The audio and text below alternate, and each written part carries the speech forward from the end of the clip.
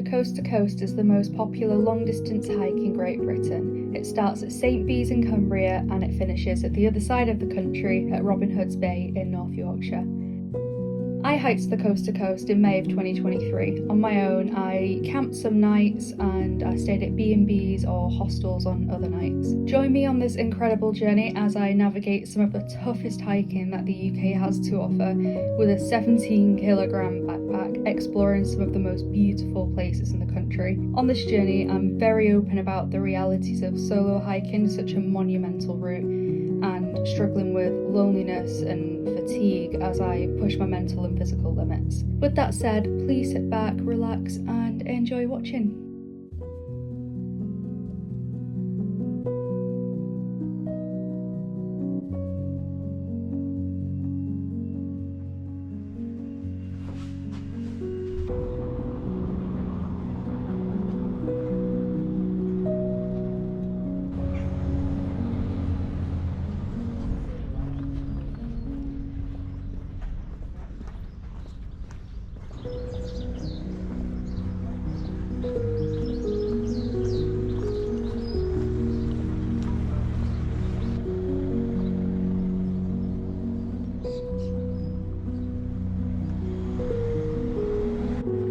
Since setting off from Richmond, I hadn't been able to forget about my emotions from the previous night. I didn't document any of it on camera because it was just too personal and I was in a pretty dark place. It was like all of the anxiety that had been slowly building in the past week and a half had come to a climax and I'd just cried and cried. It even got to the point where I was looking at train times home for the next morning, though I'm so glad that I didn't go through with it. And I do discuss this in the video, and there's a point here where I tried to, but just wasn't ready to, as it still felt a bit too raw. Last night was one of the hardest nights on the trail, and I was so close to just saying, I'm gonna go home.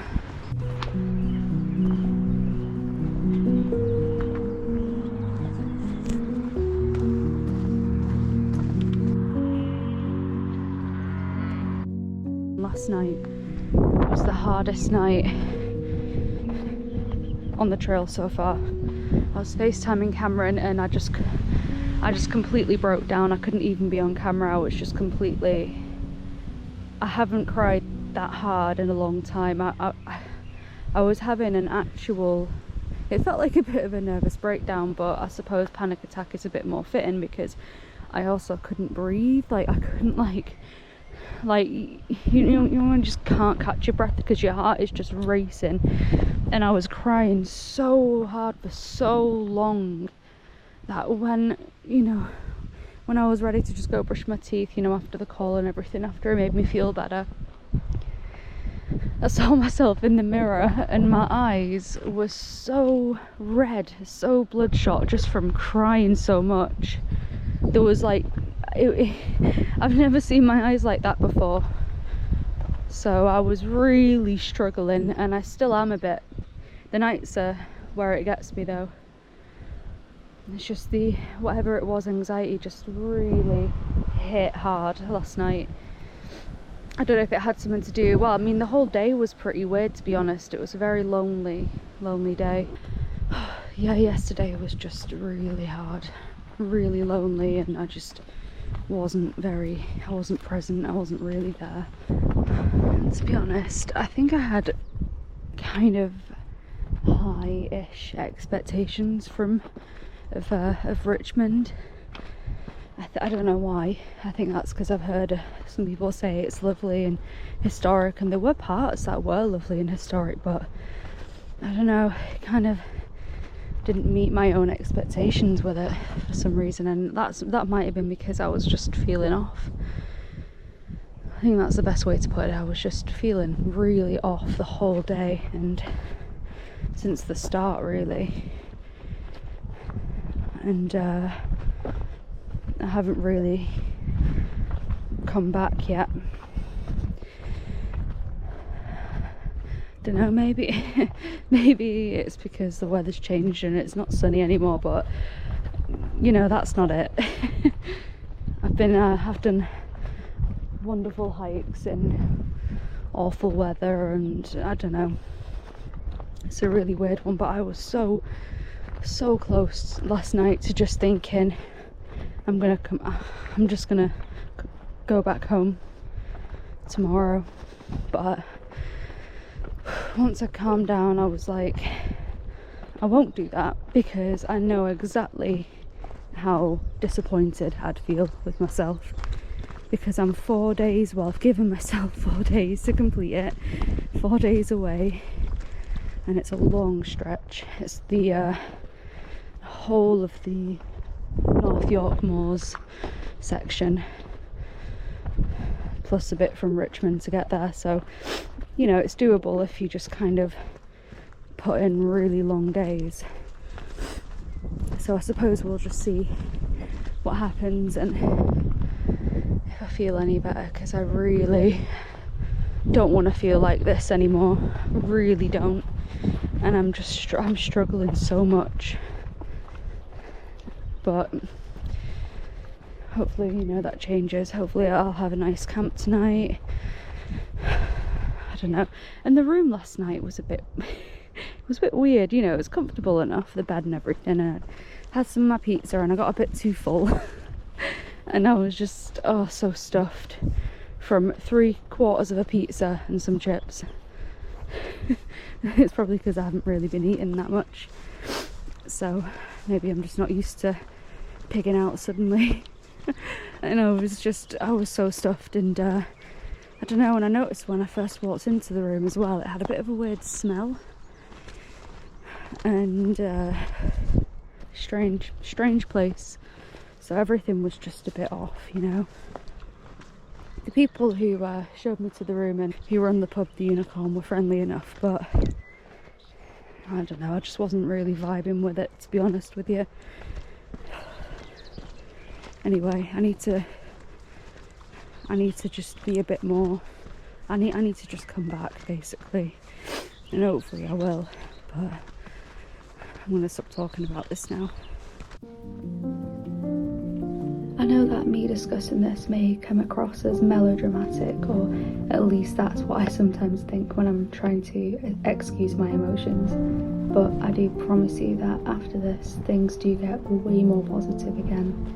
And on this night that I'd end up having in Danby Wiske with several other hikers that I'd meet was exactly what I'd need to reset my mind and energy back to its joyful self.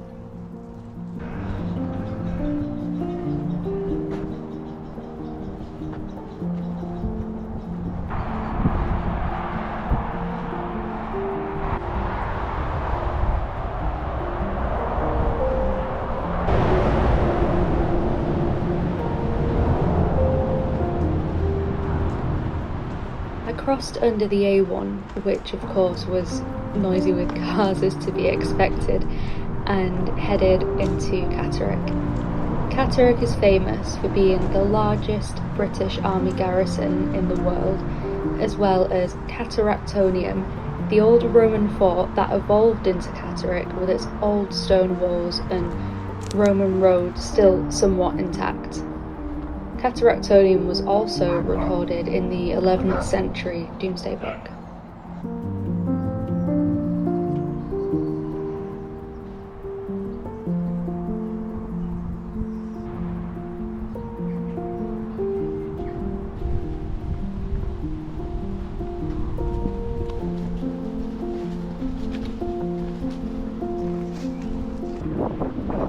I didn't expect to see these guys here.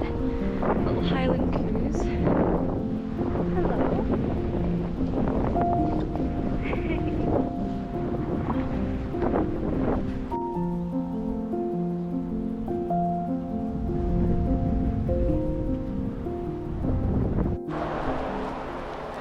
Oh my goodness, you are beautiful. Hey, you can let me give you a stroke. Oh, lovely. Yum.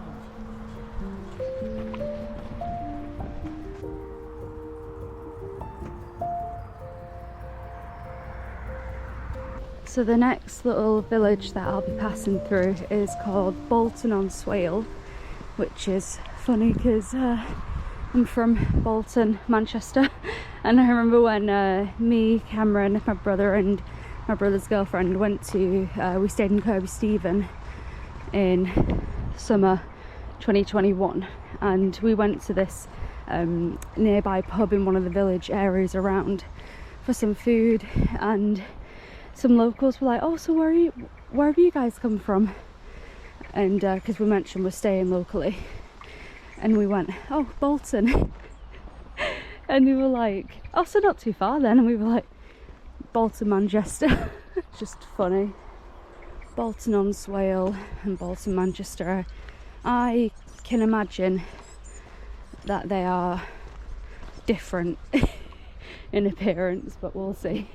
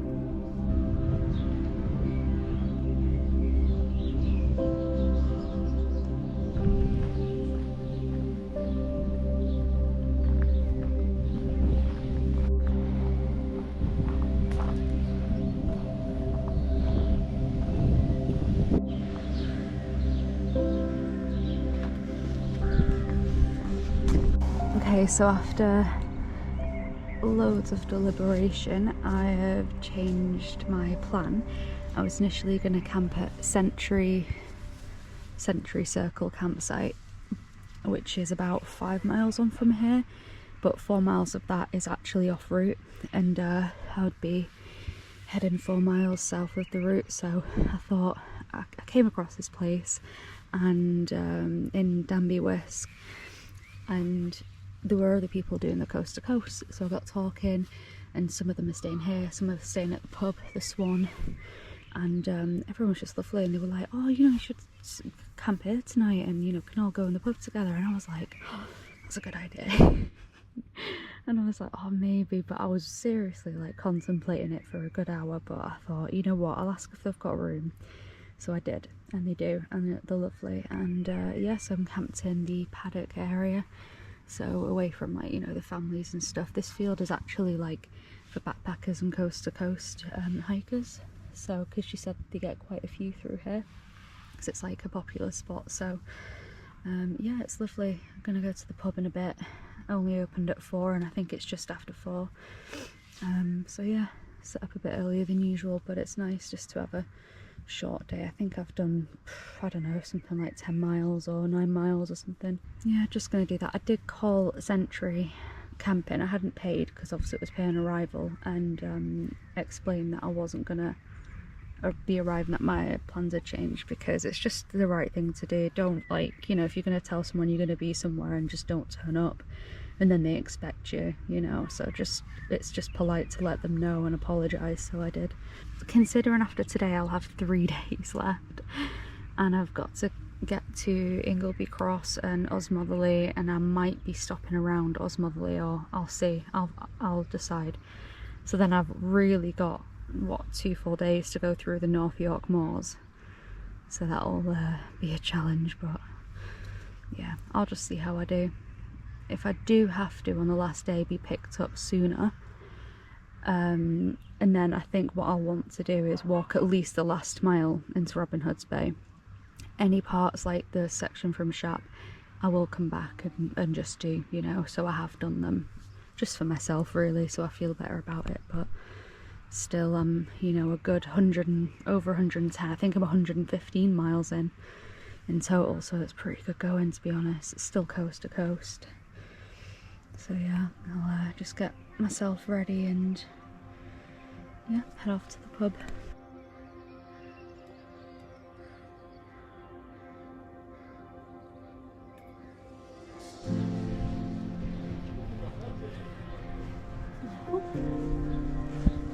guys.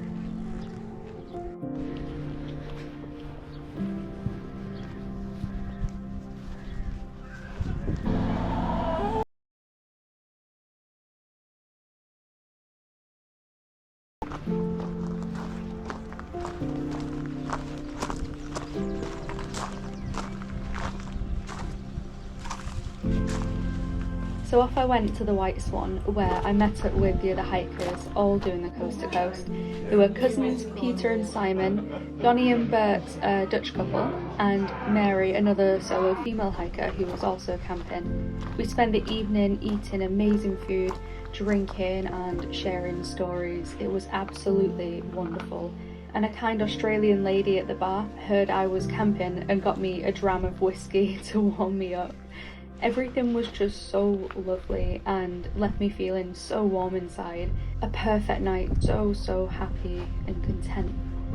So headed back to my tent and I had one of the best night's sleep on the trail while camping. Probably the whiskey. I just want to take a moment to thank all my Patreons and the names on the screen now, and that you all really do help support me and help do what I do and bring these videos out, and I appreciate it so much. If you want to be a Patreon, if you want to join, follow the link in the description. So I'll see you guys in the next one. Thank you again.